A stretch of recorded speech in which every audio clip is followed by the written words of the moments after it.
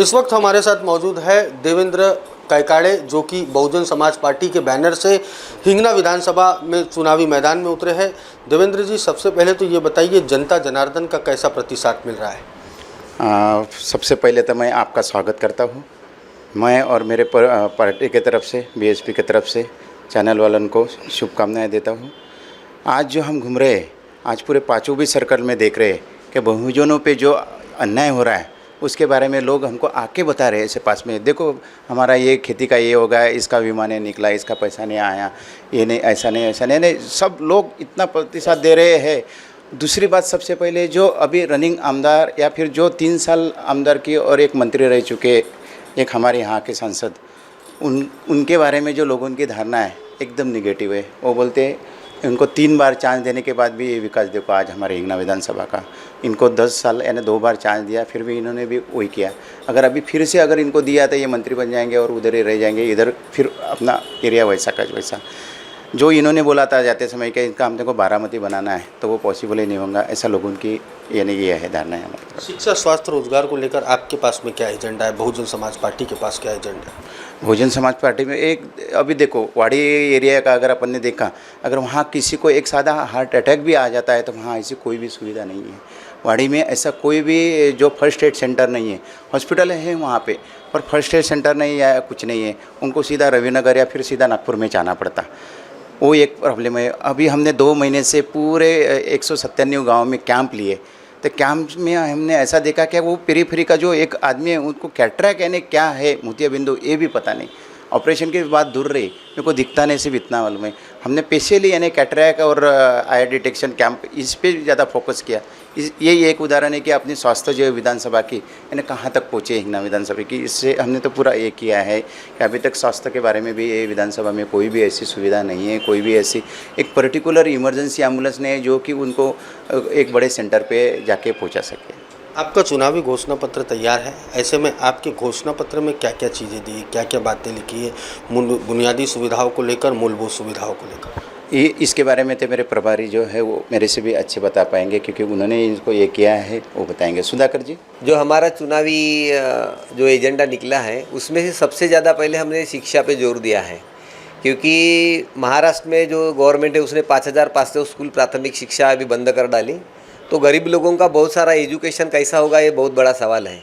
तो हमारी अगर सरकार आती है, हमारे आमदार चुन के जाते हैं, तो विधानसभा में सबसे पहले क्वेश्चन खड़ा करेंगे कि जो प्राथमिक शालाएं बंद पड़ी है वहाँ पे इंग्लिश मीडियम स्कूल त्वरित CBSE स्कूल शुरू होने जाना चाहिए। आरोग्य के लिए बहुत हालत गंभीर है यहाँ पे।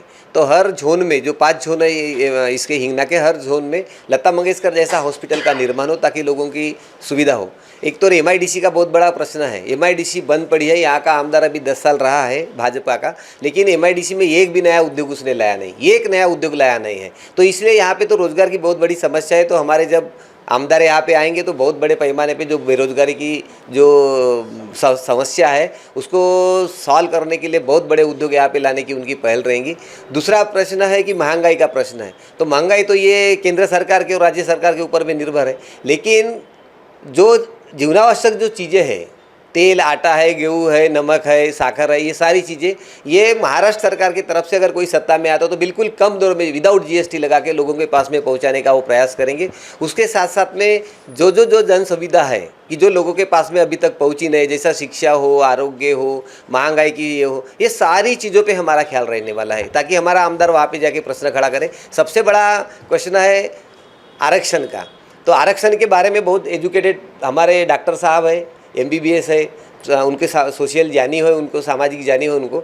तो आरक्षण का सबसे बड़ा प्रश्न है कि अभी अनुसूचित जाति जनजाति का जो आरक्षण में वर्गीकरण और क्रीमी का जो बात आई है, तो उन्होंने अभी आयोग निर्माण कर दिया। इनकी वजह से तो अभी आरक्षण ही खत्म हो गया। तो हम वहाँ पे डिमांड करेंगे कि हमारे विधानसभा में जो हमारा आमदार जाएगा तो सबसे पहले तो अनुसूचित जाति जमाती में जो आरक्षण का वर्गीकरण और जो क्रीमी लेयर लगाए वो हटा देना चाहिए, क्योंकि संविधान में इसकी कोई सुविधा नहीं। इन्होंने आरक्षण खत्म कर दिया। हम पहले अब जाके वहाँ पे आरक्षण शुरू करेंगे। OBC के बारे में वो खुद OBC समाज से आते हैं, तो OBC की बिल्कुल जनगणना होनी चाहिए। इस जंगल के डुकर की जनगणना होती है, शेर की होती है, गाय की होती है, भैंस की होती है, सभी की होती है, लेकिन OBC की जनगणना क्यों नहीं होती? क्योंकि OBC हर क्षेत्र में पिछड़ा हुआ है। अगर उसका डाटा अगर आ जाएगा तो बड़ा समझदार है ओबीसी समाज, अभी तो अपनी डिमांड करेगा अपने सारी चीज़ों के लिए, बच्चों के नौकरी के लिए डॉक्टर कितने हैं, वकील कितने हैं, उनके न्यायाधीश कितने हैं, टीचर कितने हैं, तो ये वहाँ पे दिख जाएगा। तो इसलिए वो लोग जनगणना नहीं करना चाहते। तो इनकी पहली डिमांड रहेगी कि ओबीसी की वहाँ पे जनगणना हो चाहिए और आरक्षण का दायरा बढ़ना चाहिए। अभी 52% जो 50% का जो सीमा है वो सीमा जाके 75% तक तमिलनाडु सरकार ने जो आरक्षण की सीमा बढ़ाई वैसी सीमा बढ़ानी चाहिए। इस टाइप के वो प्रश्न वहाँ पे खड़े करेंगे। कुल मिलाकर ओबीसी की जनगणना, साथ ही शिक्षा, स्वास्थ्य, रोजगार के मुद्दे को लेकर बहुजन समाज के जो कैंडिडेट है, जो उम्मीदवार है, वो जनता तक पहुंच रहे हैं, जहां पर उन्हें जनता का समर्थन प्राप्त हो रहा है। वीडियो जर्नलिस्ट राजेश जंगीटवार के साथ पारस बैसवारे, महान्यूज़ 7 नागपुर।